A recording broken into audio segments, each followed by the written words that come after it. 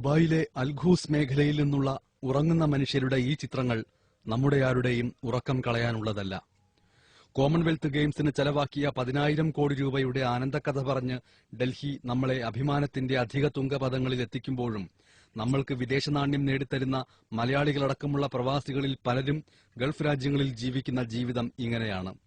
ഇത് ദുബായിൽ മാത്രമുള്ള പ്രവാസികളുടെ ഉറക്കമല്ല. പശ്ചിമേഷ്യയിലെങ്ങും പ്രവാസികളായ തൊഴിലാളികളിൽ പലരുടെയും ഉറക്കം ഇങ്ങനെയാണ്.